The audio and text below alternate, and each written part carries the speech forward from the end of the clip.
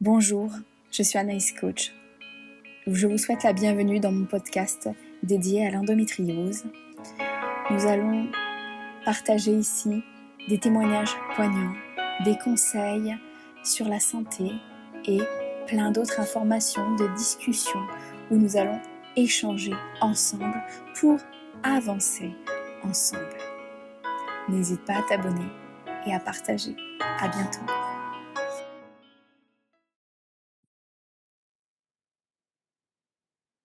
Bonjour et bienvenue aujourd'hui dans ce podcast. Nous allons accueillir Léa. Comment vas-tu Léa aujourd'hui? Bonjour Anaïs, oui ça va, je suis très contente d'être avec toi et de me prêter à cet exercice. Est-ce que tu peux te présenter aux personnes qui vont éventuellement nous écouter? Qui es-tu? Oui, Quel est ton parcours? donc je m'appelle Léa Doll, j'ai 31 ans et je suis maman de 2 enfants, mais surtout ce qui nous intéresse aujourd'hui, c'est que je suis thérapeute, sophrologue notamment. J'ai rajouté d'autres casquettes récemment avec l'hypnose notamment. Et j'accompagne surtout des femmes, on va pas se mentir, dans leur parcours de vie. Je leur donne des clés pour retrouver du mieux-être, pour apaiser l'anxiété, pour soulager des douleurs. J'ai aussi une spécialisation en pré et postnatal, donc notamment quand il y a des questions de fertilité, des accompagnements PMA. Il y a tout ce soutien aussi qui peut être possible en accompagnement. Et qu'est-ce qui t'a amené vers cette voie? Après mon deuxième enfant, je savais que ma vie professionnelle ne me convenait plus. Je savais surtout ce que je voulais plus, mais j'ai mis un peu de temps à trouver ce que je voulais faire. Et en fait, peu à peu, c'était l'accompagnement, le fait d'aider, de transmettre qui ressortait systématiquement. Et puis quelqu'un m'a parlé de la sophrologie. Et en fait, quand je me suis renseignée, tous les feux sont passés au vert. Donc ensuite, je me suis formée, j'ai ouvert mon cabinet et voilà, ça s'est lancé comme ça. Et peux-tu nous présenter qu'est-ce que tu fais aujourd'hui? Tu fais de la sophrologie, mais j'ai vu que tu faisais dernièrement aussi autre chose. Oui, en fait, la sophrologie, ça a été la porte d'entrée, on va dire, dans le monde de la thérapie en tant qu'accompagnante. Mais je me suis rendu compte au fur et à mesure qu'il me manquait des clés pour pouvoir aller plus loin. On en parlera après, mais avec la sophrologie, en fait, on ne peut pas aller traiter la cause d'un mal-être. Donc, c'est-à-dire que la personne arrive à l'instant T avec une ou plusieurs problématiques. On voit ensemble un objectif d'accompagnement et puis on va tendre vers cet objectif. Donc peu à peu, étape par étape, on y va ensemble. Mais il n'y a pas. Des fois, je sentais que c'était trop limité et qu'il y aurait eu besoin d'aller aussi travailler sur cette cause. Et donc c'est pour ça que je me suis formée à l'hypnose. Et je me suis aussi formée à l'accompagnement en Ikigai, qui est un petit outil pour mieux se comprendre, mieux se connaître et surtout comprendre son fonctionnement et pouvoir faire en fonction de son propre fonctionnement et pas de toutes les règles sociétales établies autour. Donc voilà, des choses en plus qui sont toutes complémentaires les unes avec les autres. L'hypnose pour aller plus loin, pour aller creuser et vraiment éliminer la cause d'un mal-être dès la racine. Et puis l'ikigai pour vraiment se comprendre complètement et comprendre son mode de fonctionnement. Est-ce que tu peux nous parler de qu'est-ce que la sophrologie aujourd'hui? Comment tu la vois en quelques mots? Ok. Est-ce que je fais un peu de théorie sur ce que c'est depuis le début ou est-ce que moi je te donne ma version à moi? Donne ton ressenti, ta version, voilà, en quelques lignes et en mots très simples. Pour les personnes qui ne connaissent pas, qui ont peut-être entendu déjà le nom, mais qui n'ont jamais poussé cette porte d'aller voir un thérapeute, justement. Ok. En fait, la sophrologie, comme je l'ai dit un peu avant, ça peut accompagner tout un tas de problématiques très diverses et variées, mais surtout, ça fait partie des thérapies brèves. Donc, c'est-à-dire qu'on a un début d'accompagnement et une fin d'accompagnement. Ensemble, on chemine vers la fin de cet accompagnement. Mais surtout, c'est une méthode qui vient réharmoniser le corps et le mental. Donc, on passe toujours par le corps, le mouvement, pour sentir déjà des choses dans son corps et pour ensuite plus facilement venir débloquer des choses au niveau de son mental. Donc c'est pas de la gymnastique, il n'y a pas de mouvement parfait. On entend beaucoup parler de la respiration en sophrologie, oui, en effet, mais c'est un outil parmi tant d'autres. C'est un peu ce qui vient servir finalement les exercices, les notions de relâchement, par exemple, quand on a des douleurs, où c'est la base de tout, de comprendre le relâchement de son corps. Donc voilà, il y a plusieurs choses, mais en gros, c'est ça, c'est du mouvement, de la respiration, de la visualisation aussi positive et le pouvoir de l'intention, c'est-à-dire qu'est-ce qu'on a envie de croire, qu'est-ce qu'on veut croire, comment changer son système de pensée via ses intentions. D'accord. Et comment la sophrologie aujourd'hui pourrait aider les femmes qui sont atteintes d'endométriose, pardon, ou de douleurs chroniques? En fait, il y a différentes choses. Il y a déjà le relâchement du corps. Ça, c'est la base, de comprendre qu'on a le pouvoir de relâcher son corps de manière consciente et inconsciente, en liant ça notamment avec la respiration. Il y a aussi toute la partie visualisation qui permet de faire travailler son imaginaire, mais surtout, le cerveau, il fait pas la différence entre ce qui est réel et ce qui est profondément pensé. Donc, par exemple, si on a des exercices avec l'intention de venir souffler ses douleurs, on va faire travailler son imaginaire pour voir à quoi notre douleur, elle ressemble et de pouvoir soit la souffler, soit l'éclater, enfin, vraiment d'avoir un impact sur cette douleur grâce à l'imagination, à l'intention et à la visualisation.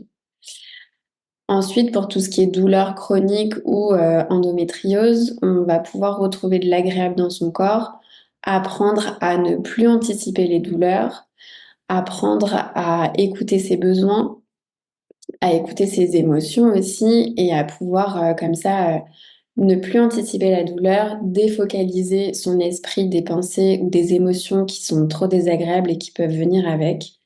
Et peu à peu, vous vous autonomisez en plus dans toutes ces techniques. Donc ça, c'est chouette.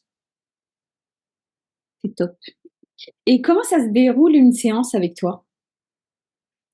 La première séance, elle est un peu plus longue que les autres parce qu'on apprend à faire connaissance. Il faut que ça puisse matcher, ce que je peux comprendre.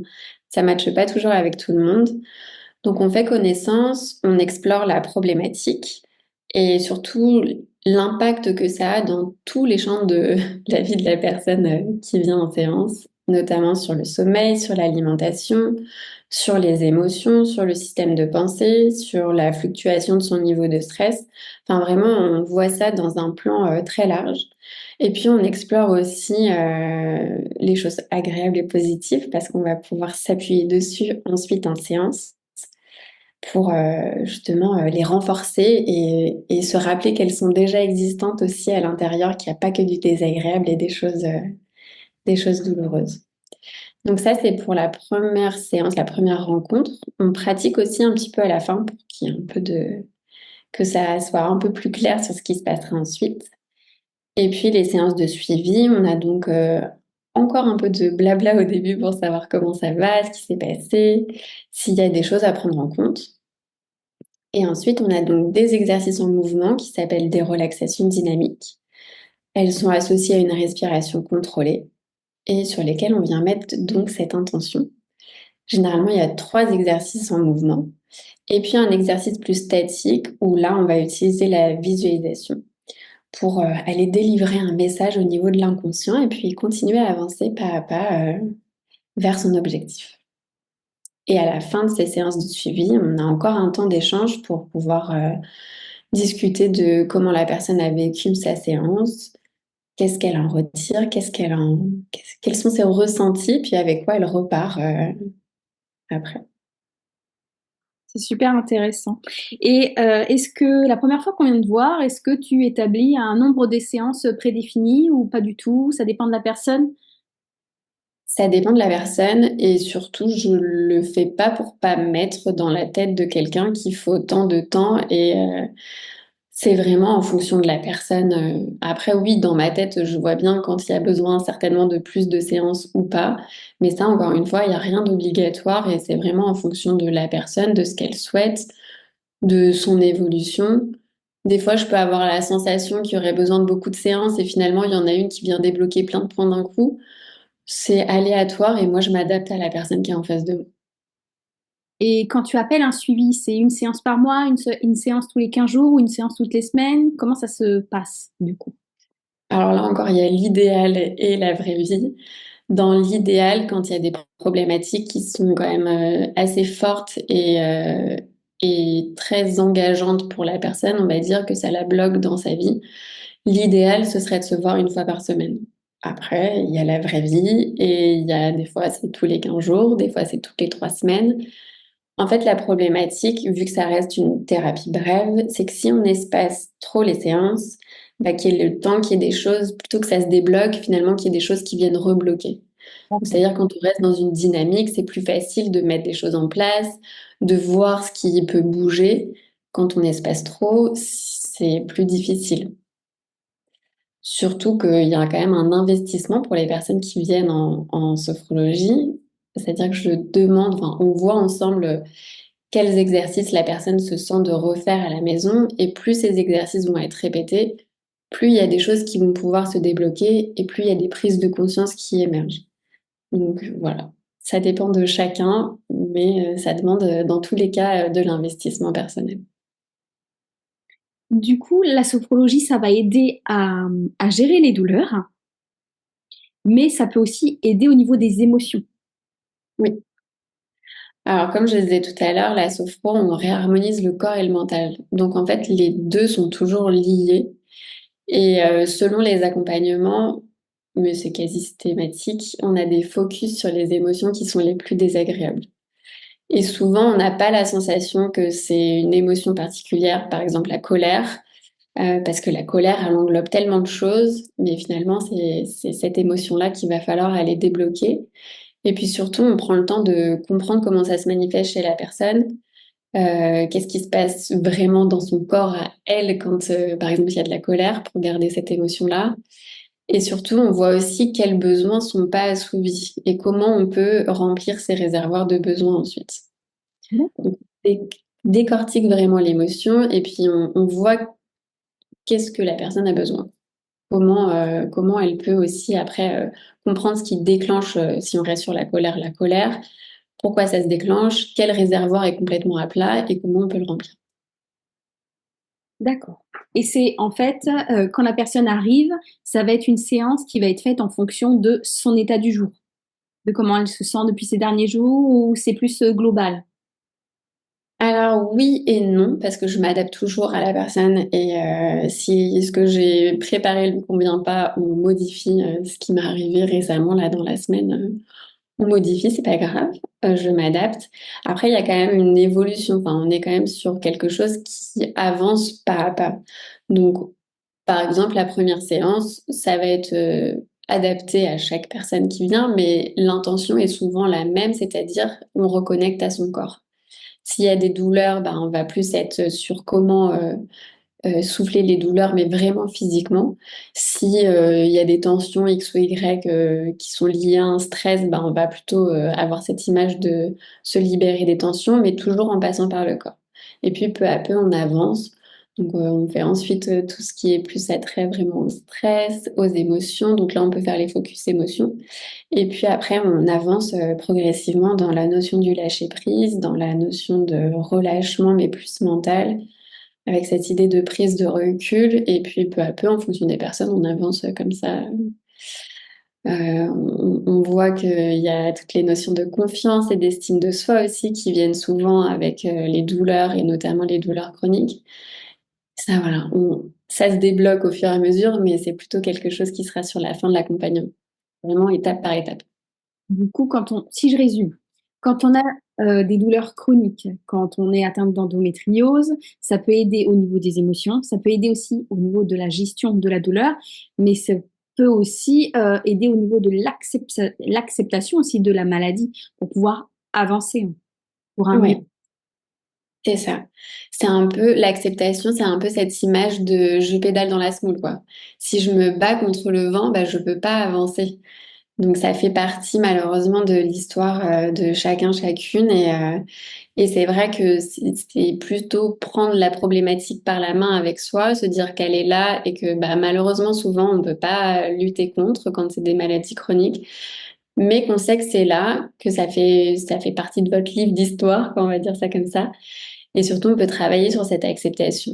Et c'est pas une fatalité, en fait. C'est pas parce qu'il y a une maladie chronique ou des douleurs chroniques que ça vous résume tout entière.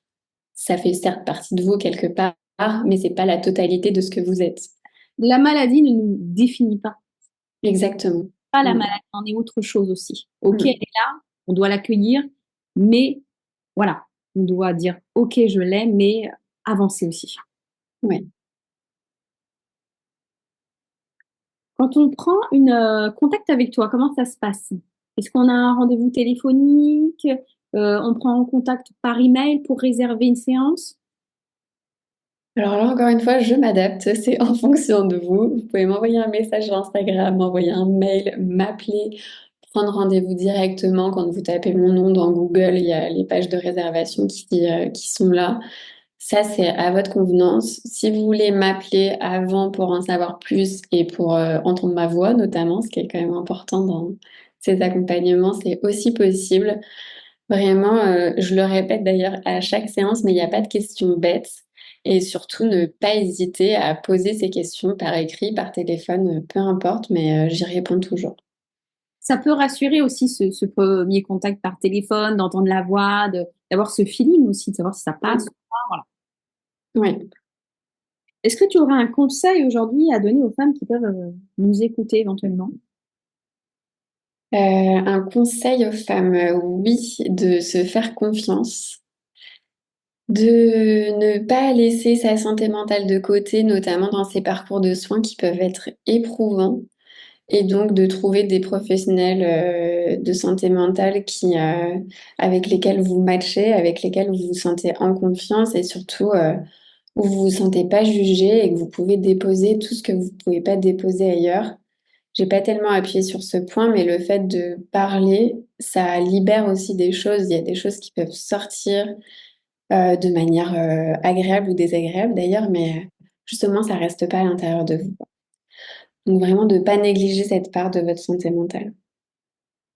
Tout à fait, c'est très important. Est-ce que tu as envie de parler de quelque chose que tu as envie, qu'on n'a pas forcément abordé ou pas du tout? Est-ce que tu penses qu'on a abordé tous les points que tu souhaitais aujourd'hui? Globalement, oui, je vais juste réappuyer sur un point parce que j'ai un peu parlé du développement des accompagnements, mais à savoir que c'est totalement personnalisé à chaque personne qui est en face de moi, que ce soit au cabinet ou en visio. Mais surtout, voilà, je m'adapte et c'est totalement personnalisé à chacun, chacune et il n'y a pas de choses préétablies, quoi. On fait en fonction de. Super. Ben, en tout cas, merci Léa pour ton temps aujourd'hui. N'hésitez pas à contacter Léa si vous en ressentez le besoin. Dans la description, je mettrai son site et peut-être de quoi la contacter aussi. Ben, merci beaucoup. Aux personnes qui vont nous écouter et puis ben, je vous dis à bientôt pour une prochaine interview. À bientôt! Au revoir.